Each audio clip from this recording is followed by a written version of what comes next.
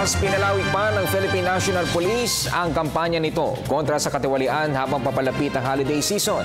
Handa na rin ang mga hakbang para masiguro ang seguridad ng mga Pilipino at maging ng mga turista. Si Ara Perez sa detalye. Bukod sa mabigat na daloy ng trapiko, tila mabigat ding suliranin ang mga di umano'y cotton cups ngayong papalapit na ang Kapaskuhan. Ngunit dapat mabura na raw ito sa bokabularyo ng mga Pilipino dahil sa mas pinaigting na kampanya ng Philippine National Police kontra katiwalian. Deploying honesty teams. May naka-deploy dyan kumukuha ng video.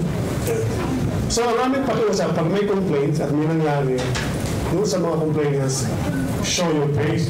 Mag-complain po kayo, mag-file tayo ng official complaint para ma-prosecute natin at masipaan natin yung pulis sa serbisyo.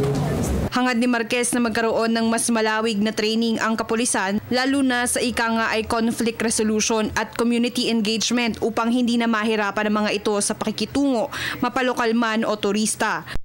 Tulong din daw ang pinaigting na police visibility, lalo pat papalapit na ang APEC Summit, holiday season at ang 2016 national elections. Making sure that while they are on their beats, ay may raincoat ba sila? Meron ba silang police personal body armor? Yung bang sweldo nila ay hindi na bibindin, nakakarating ba on time? Yung ba mga hospitalization expenses nila ay nakukuha nila? Kung sila ay na-aksidente? Na-avail ba nila yung mga scholarship program na ino-offer namin sa mga dependents nila?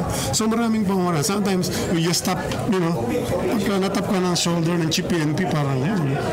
Samantala, hindi naman naniniwala si Marquez sa ulat na ang nangyaring pagdukot sa ilang turista at Pilipino sa Samal Island ay di umano'y pagsabotahe sa preparasyong pansiguridad ng Pilipinas sa nalalapit na APEC Summit. Malayo naman yung pinangyarihan. The APEC meeting is ongoing now is in Iloilo. So, Samal in Iloilo, medyo napakalayo naman. So, 31st APEC meetings in the country yung nasa Iloilo. And after 30 meetings, 0 incident pa hanggang ngayon. Para sa Telebisyon ng Bayan, Ara Perez.